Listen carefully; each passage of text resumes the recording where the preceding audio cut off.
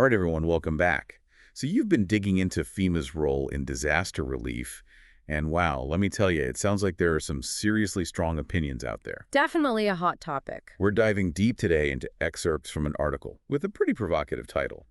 Should FEMA be dissolved? Yeah, they don't hold back in this one. Not at all. And that's what we're here to unpack today. Let's explore the key arguments, the criticisms, and maybe even see if we can uncover some insights together. What do you say? Sounds good to me. Okay, so right off the bat, this article throws us into the deep end, specifically with Trump's suggestion that FEMA, maybe it should be dissolved or at least restructured. Right, with the idea being that states should, take on a much larger role in disaster response, maybe even handle it all themselves. Yeah, and the article pulls no punches, highlighting some pretty harsh criticism, like there's this one quote where Trump says, FEMA let the country down. Whoa, strong words, right? Right. But before we jump into dissolving it entirely, can we maybe rewind a bit? Like, for anyone just tuning in, what exactly is it that FEMA does? Yeah, it's easy to get lost in the controversy without understanding the basics. So FEMA stands for the Federal Emergency Management Agency, Okay. and it was created back in 1979. Before that, you had all these different federal agencies handling different parts of disasters, and it was a mess. FEMA was supposed to be like the big solution, the one-stop shop for everything: preparedness, response, and recovery. Hurricanes, earthquakes, tornadoes, you name it, they're on it, even terrorist attacks. Wow, so one centralized agency to tackle, like, all these different types of disasters. Exactly. Sounds good in theory, but I can imagine how things could get complicated, on the ground. Oh, absolutely. And that's where a lot of the criticism comes from. FEMA's been accused of being too bureaucratic, too slow, especially after really huge events like Hurricane Katrina. Yeah. Then there's always the question of funding, which, comes from Congress, and whether that money is actually being used effectively where it matters most.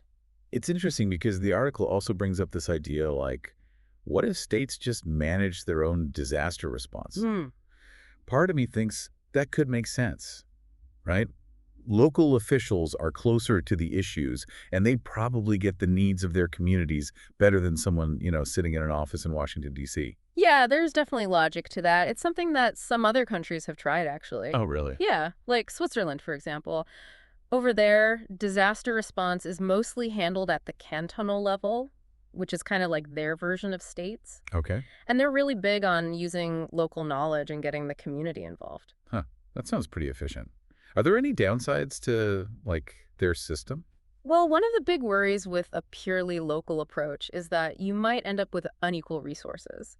If each state's on its own, the wealthier ones are going to be much better prepared than the ones with, fewer resources. Ah, I see. And then you could have the situation where people in some states are just way more vulnerable than others simply because of where they live. Yeah, that's a really important point, something to definitely think about. For sure. But even with, those potential downsides, could there be any upsides to giving states more control? Maybe. Like, could it lead to a faster, more flexible response, maybe even, quicker aid? It's definitely possible. If it's done right, a localized approach could be a lot more tuned into the specific needs of a community. Like, picture a small coastal town that gets hit by a hurricane, right? The local officials, they know exactly which areas are going to flood first, where the elderly folks live, what resources they can access immediately. Right. That kind of firsthand knowledge could be incredibly valuable in those first critical hours and days. Yeah, that makes total sense. But wouldn't you still need, like, some federal oversight, even if states were kind of running the show? Oh, absolutely. Like, what if you have a massive hurricane that, smashes into multiple states? Oh, yeah. Coordination is key, especially with those huge disasters that cross state lines. Look at Hurricane Katrina. That wasn't just a Louisiana problem. It was a Mississippi problem, an Alabama problem. Even parts of Florida were affected. Right. You've got to have a way to coordinate all those resources, share information, and just make sure that help is getting to where it's needed most, no matter which state you're in. So it's not just a simple dissolve FEMA or give all the power to the states kind of situation. Yeah. It's more nuanced than that, right? Way more nuance. It's about finding that sweet spot, that balance. Right.